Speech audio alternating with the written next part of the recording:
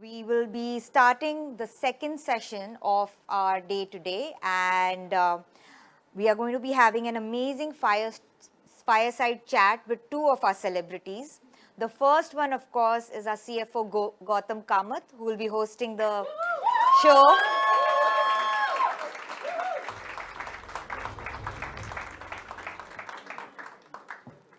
The guest that we have been waiting for so long, keep the applaud going as we call on stage a Bollywood icon, actor, mother, and now a social media maverick. With a career spanning over 50 years and over 75 movies, she has consistently shattered glass ceilings. Recently, she has embraced social media, gaining over 700,000 followers, sharing her opinions, insights, and anecdotes. She is an epitome of grace, talent, resilience, and a timeless beauty. Let's please welcome Zeenat Amanji on the stage.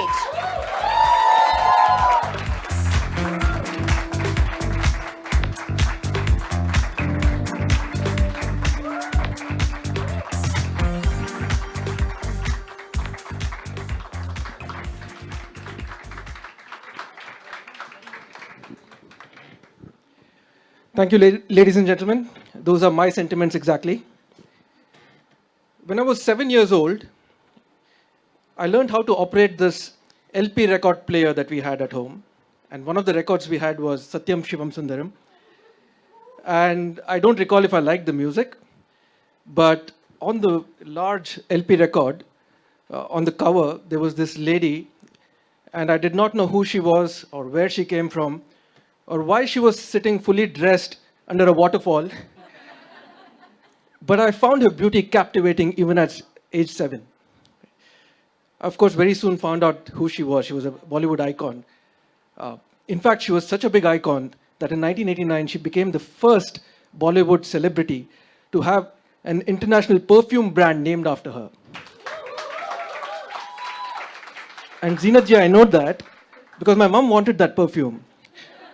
But it wasn't available for sale in India because, logic had not been invented yet. And so my dad wrote to his brother in the US saying, can you please get this perfume? Wrote meaning chitti, not email, 1989, remember? And of course, my uncle very decently remembered and brought it. And that bottle of Zeenat was such a prized possession in our house, Zeenatji, that my mom stretched it, first of all, for the next 8 years. And second, it was not kept in the dressing table drawer where it belonged, but in the living room showcase. And so obviously, I'm very, very thrilled and excited to be hosting you today and to ask you these questions. But I also know that our audience here and people around PNG are very excited as well. So before I hand over to you to say a hello, I do want to play a little video to show you how excited we all are.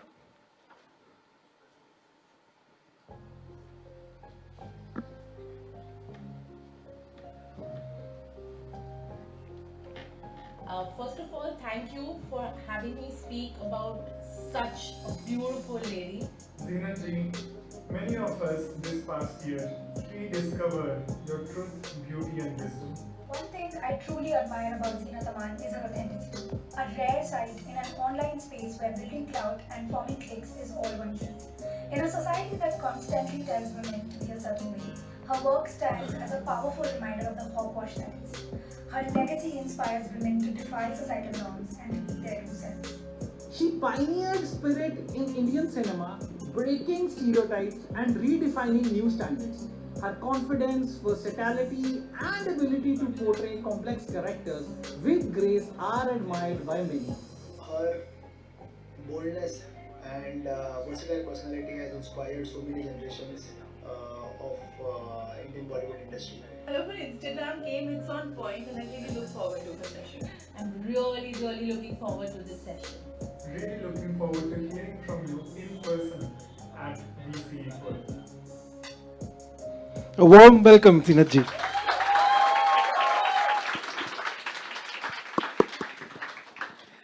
Namaskar, good evening. It's such a pleasure to be here for this summit. I'm so in awe of all the wonderful work that PNG is doing, and to hold this summit that's specifies that we see equal is after my own heart. And I'd like to thank the entire team for this wonderful, warm, and welcoming video. I'm so happy to be here. Our pleasure, ma'am. To, to address the question that all of us have on our minds, how are you doing?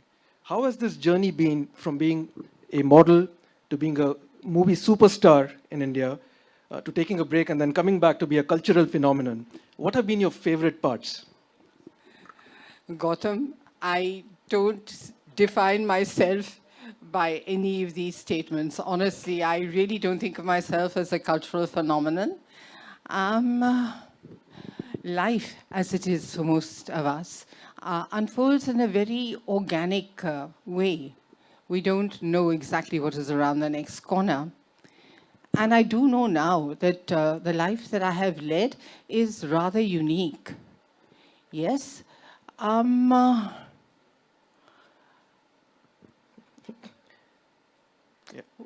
Yeah. was the rest of your question? No, I wanted to know what has been, your favorite parts of this journey. Oh, the favorite part.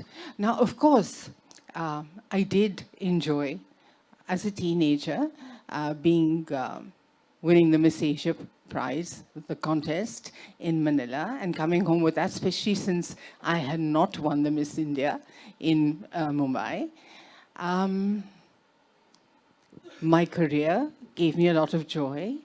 I had the opportunity of working with some of the biggest directors, leading men, and well-known production houses of that time. So I worked very hard, and I sort of consider that a feather in my cap. My role as a mother gave me a lot of joy. It was something I looked forward to, and I cherished, and I'm very proud of having raised such kind young men. And now this whole Instagram saga has been so unexpected. It's been so unexpected, you know, that so many people have reacted to my post. I had so much trepidation before starting this because it was my kids that pushed me to do this. I had no interest. So I didn't know, I still don't know how to upload my, stuff. They still help me with that. Yeah, what I found,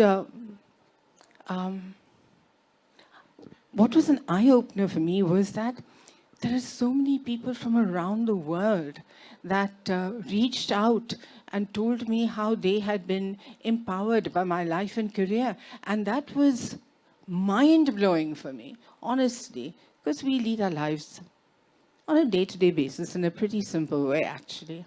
That's very inspiring, Zina ji. Now, looking back at the start of your film career in the 70s, there was a typecasted role of the Indian film heroine, right? But you managed to break out of it. How did you do it? And how did you, or do you think it needs courage? And how do you garner that courage to be your authentic self always?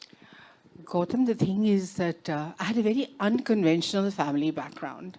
Yeah, I was born to a Hindu mother who first married a Muslim man, and then eventually, over a period of time, when they separated and went their own ways, she married a German Protestant.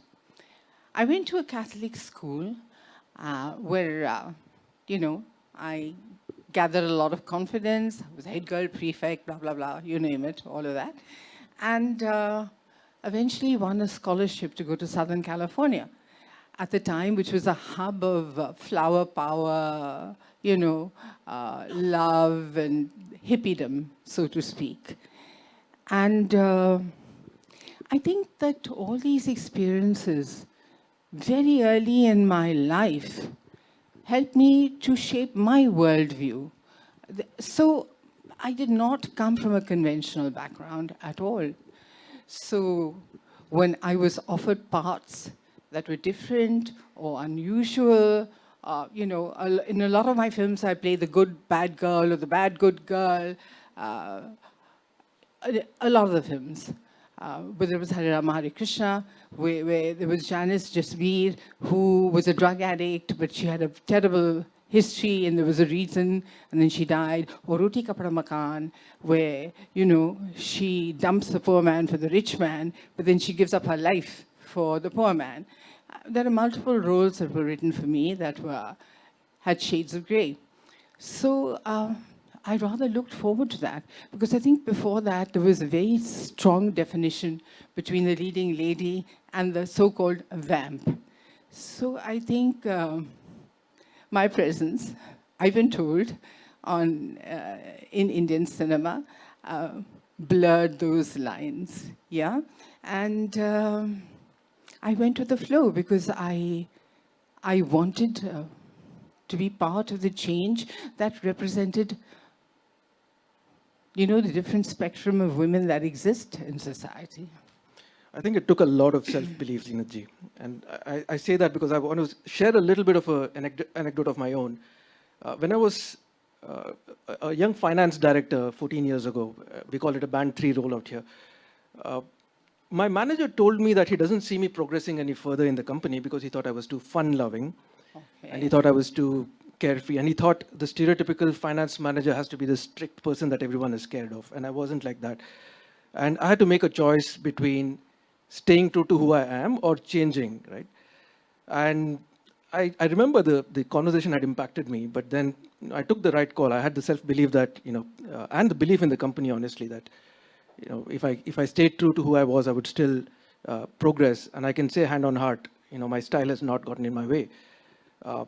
So that is in PNG because we all, I knew PNG was a company that is, that even 14, 15 years ago had very strong values.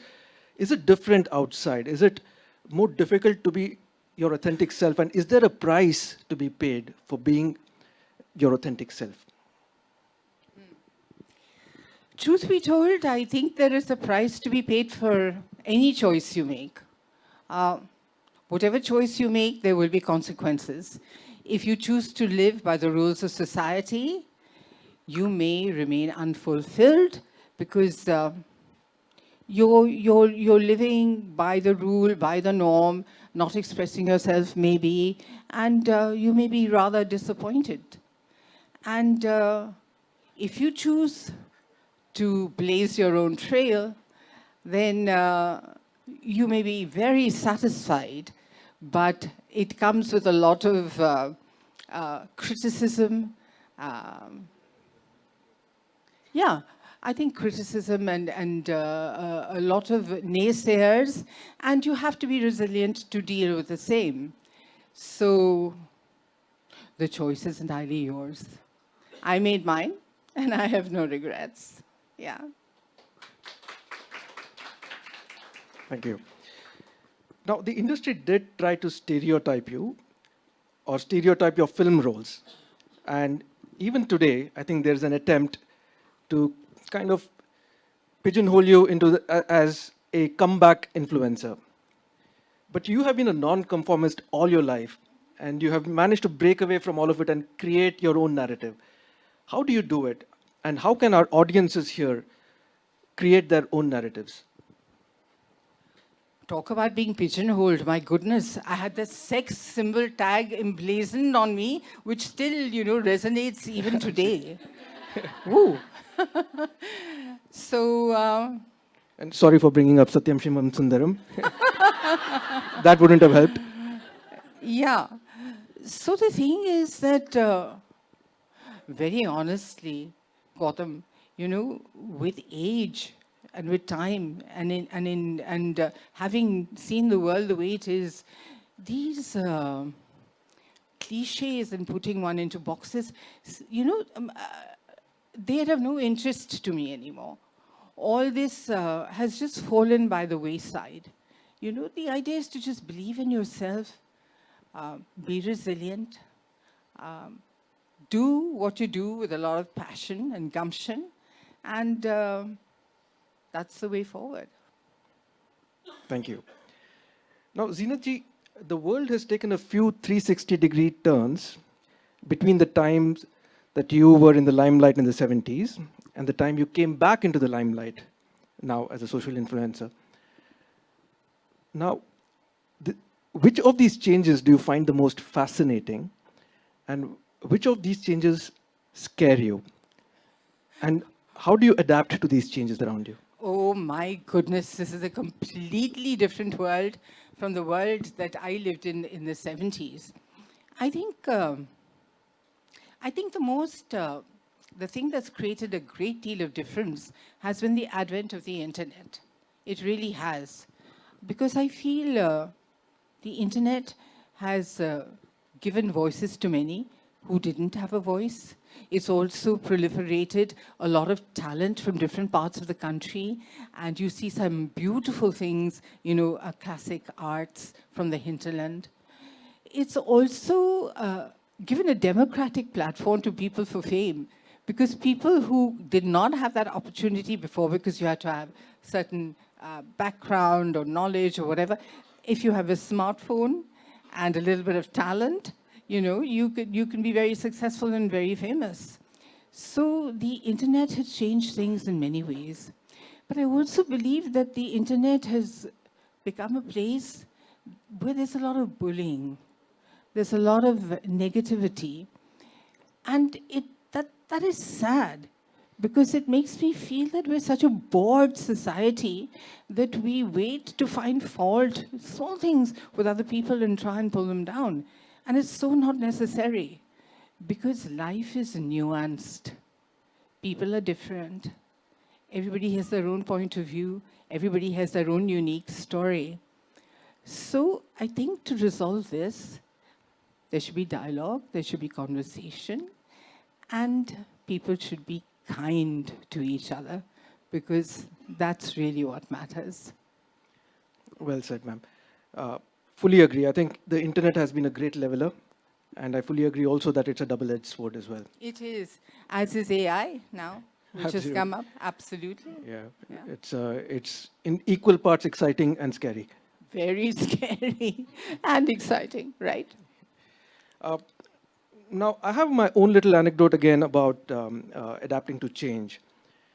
There was this time when I was in Indonesia. This was 2014, and Indonesia is. I worked there as a sales finance manager, and Indonesia is a place which is completely different.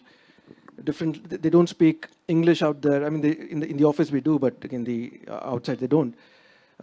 Very different culture, very different habits and practices. And my first 1 or 2 months, I was not getting invited to group lunches or Friday evening gatherings, and I was a little annoyed at first. And then I realized inclusion is a two-way street as well, right? And I thought, what can I do to try and be included? So I learned the language. I made sure I kept in touch with some of the latest celebrity gossip and news of the land. I also made sure I learned a couple of their songs, right? So because Friday night gatherings were usually karaoke, and I wanted to sing not just Hindi or English songs, but their songs as well.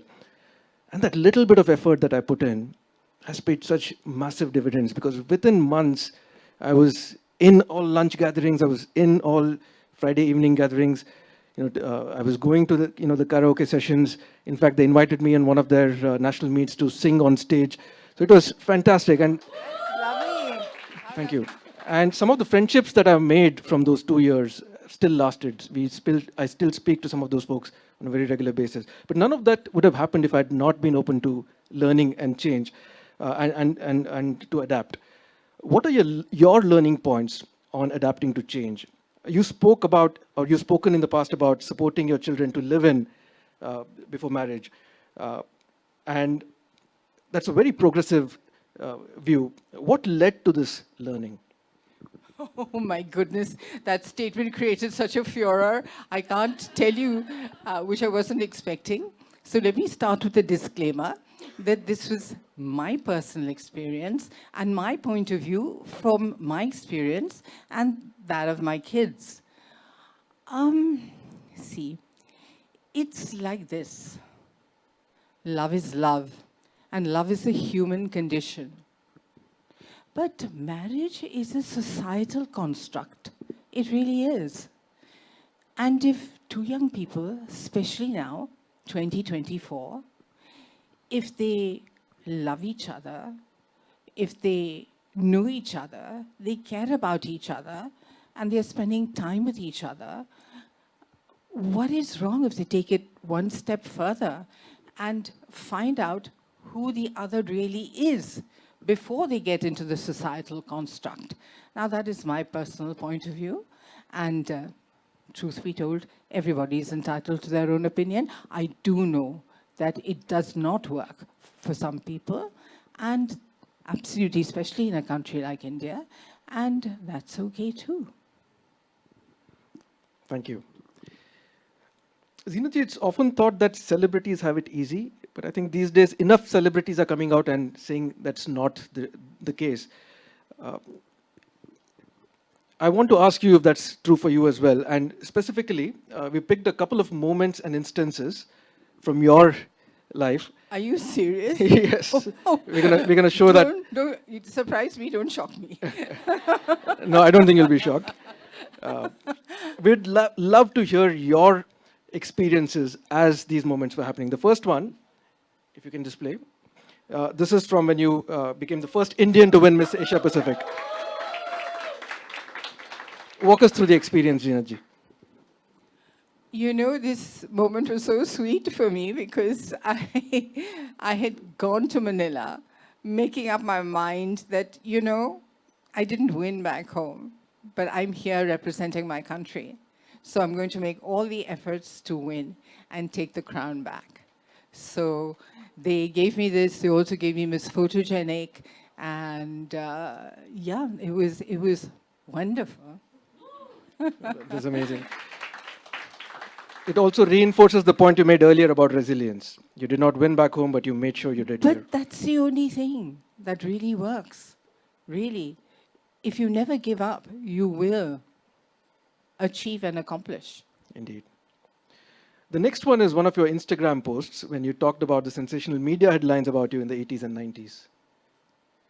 We'd love to hear your perspective here. I know it's difficult to capture your thoughts in a few words, but we'd love to hear the thought behind the thought. Well, truth be told, there used to be a tabloid war on who could write the most outrageous stories about a handful of stars at the time. And the stories were truly outrageous. I mean, I had mentally detached myself from what was being said because 90% of the time it was fabrication. It was just, you know, internet didn't exist, and this was the way the magazines stayed popular, by writing about a handful of stars. Did I believe any of these stories? No. Did I felt that they were talking about another person who did not exist. And I left it at that. And truly, I will say that by the time I left the business, I was just so tired of being in this goldfish bowl, in the constant glare of negative publicity and whispers and what have you, that I was pretty happy to hang up my boots. Yeah. Thanks for sharing that so transparently with us. Zeenaji, I have two daughters at home. Right? One is 9, the other is 7. And truth be told, I've always been a proponent of equality and inclusion, even before I had daughters or even before I had a wife. But sometimes you find out about biases that you did not even know exist when you have two little girls at home. For example, in January this year, I was watching the cricket series between India and South Africa, and in between the breaks, they were playing the promos for the Women's Premier League. And my daughter saw that, and she turned to me and said, "Dad, why do you only watch the boys play? Why don't you watch the girls play?" Good question. It was a great question, and I did not have a pat answer, and I realized after a pause that and I gave her the only right answer there was, which is that, "You're right, sweetie, I should start watching the girls' cricket." And I did. I watched the Women's Premier League for the first time this time, and it was equally thrilling, equally exciting, and it was equally fulfilling for me because after 16 years, the RCB women did what the men couldn't do. Ee sala cup namde. Now, my 7-year-old helped break a bias for me. You always been someone who has championed equality. How do you integrate that into your day-to-day life, especially with your two sons? Well, my boys lost their father when they were very, very young. And they've seen their mother as a single mother working very hard and dealing with daunting situations. And that has given them a perspective, a different perspective uh, as to the position of a woman.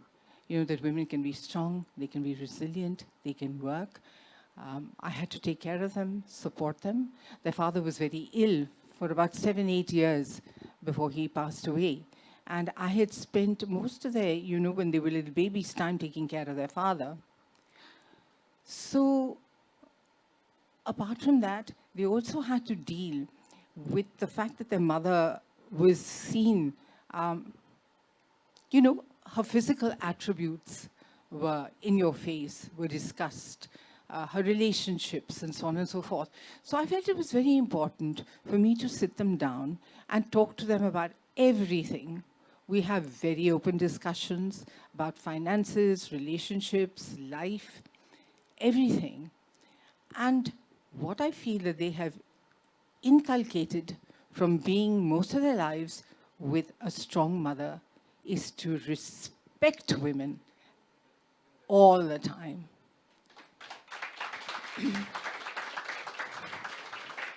And to be very kind people. They're very kind people. They love animals. They help people. And I'm very proud of them for that. That's the kind of relationship I'm hoping I will continue to have with my kids, and I hope they grow into similarly kind and intelligent people. Zeenatji, you made a choice to break from work in films, to be with your family, and this is often considered it's considered detrimental to ambitions, and it's different from the conditioning that we grew up with. How did you make this choice without feeling the burden of it? You know, like I said earlier, I was ready to hang up my boots. I truly was. I just wanted to be a mom. Like you saw on social media, not on social media, you just saw on screen, you know, my face on all these magazine covers. I was so ready to move away from that life.